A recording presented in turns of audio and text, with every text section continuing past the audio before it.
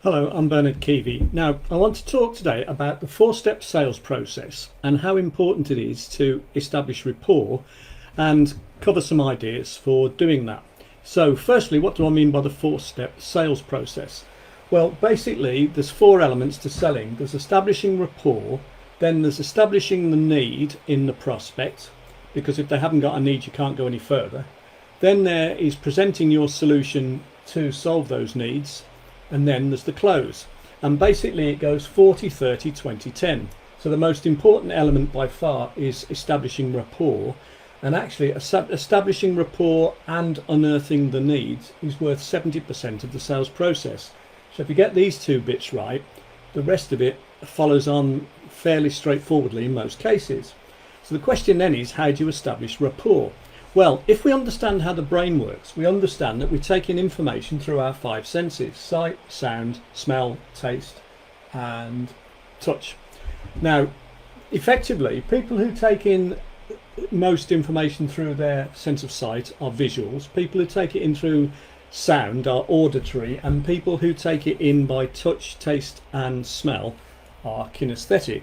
Now, the first thing is, obviously, we all do bits of all of that, but most of us anyway, the vast majority of us, have got one preference above the other two. And it's interesting then, because if we want to establish rapport with someone who's, say, a visual, then we need to be aware of that. So if someone's a visual, it means they use visual language. So they would talk in terms of seeing the picture, what does it look like, that looks attractive to me, etc.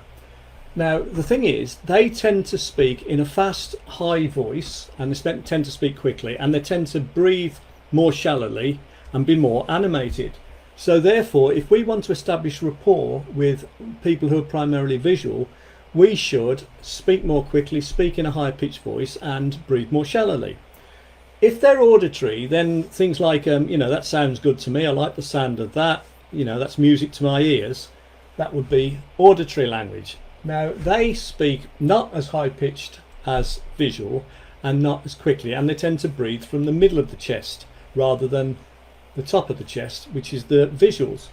So we would again temper our body language, our breathing, our words, etc., to suit the fact they're auditory.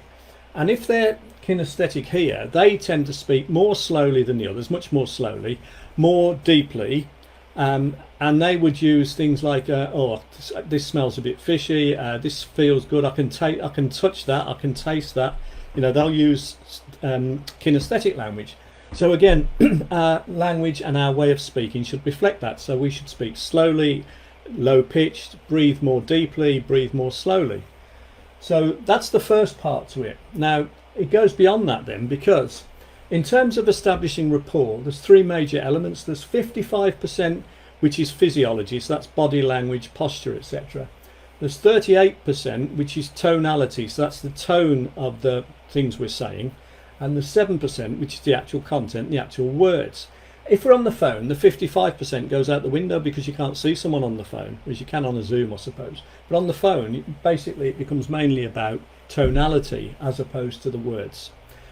So therefore, it becomes important for us to know who we're dealing with, what sort of, it's called modality, that they favour, to dictate what sort of speed we speak at, what sort of voice we use. Do we have a higher pitched, quicker voice or a lower pitched, slower voice? Do we breathe deeply or more shallowly? Are we more animated? And do we use words and phrases that reflect the fact they're visual or they're auditory or they're kinesthetic? And then there's a couple of more elements. So for establishing rapport, mirroring.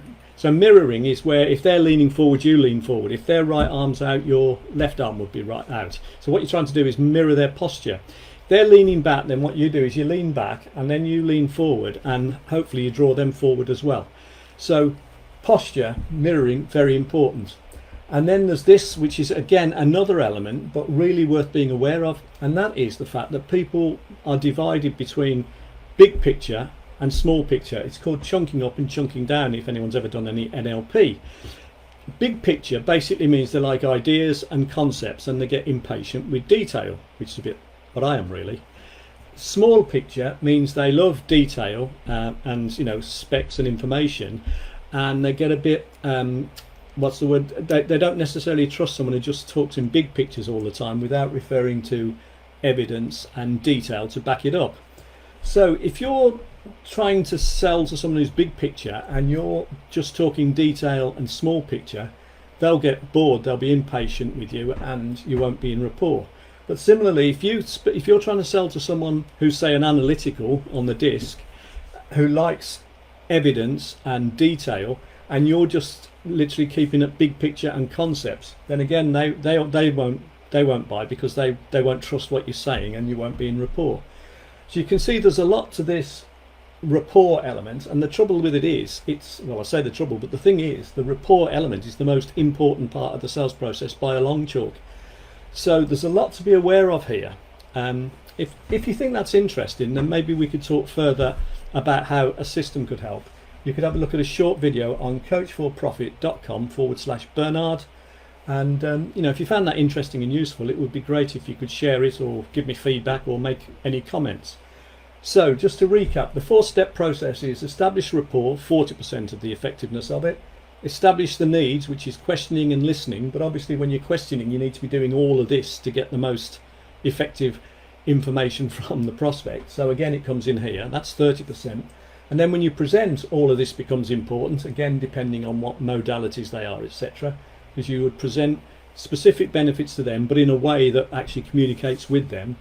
And then obviously the close becomes should be a formality. Now, some people say that you should close before you present, and I think there's a lot of truth in that, because basically this is a sort of circular process.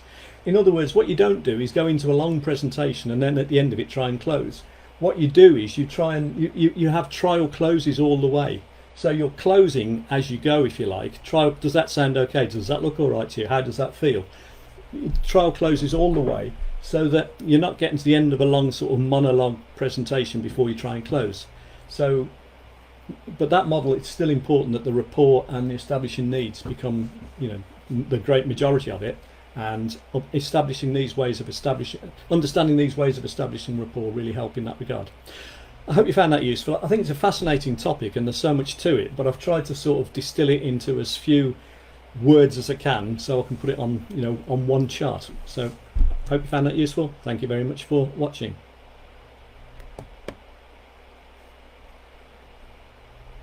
To find out how to apply these strategies in your business, go to my Sales Accelerator Roadmap.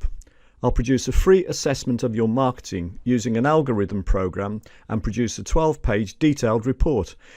We'll recommend in priority order exactly what you should be doing, when you should be doing it, and how to do it. So go to www.bernardkeevymentor.com and sign up for my free Sales Accelerator Roadmap.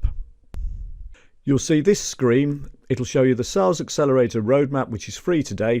It'll show you how to fix your marketing, increase your sales and profits. It'll take less than 45 minutes to do, and our software will pinpoint all your opportunity areas and show you exactly what to do to improve your marketing and grow your business. So go to www.bernardkeevymentor.com and click on the green button, and you'll see that it says there it's a free process, so there's no credit card involved, there's no charge. So thank you very much for watching. I hope you found that useful, and I'd like to see you at the Sales Accelerator Roadmap. Thank you very much for watching this video.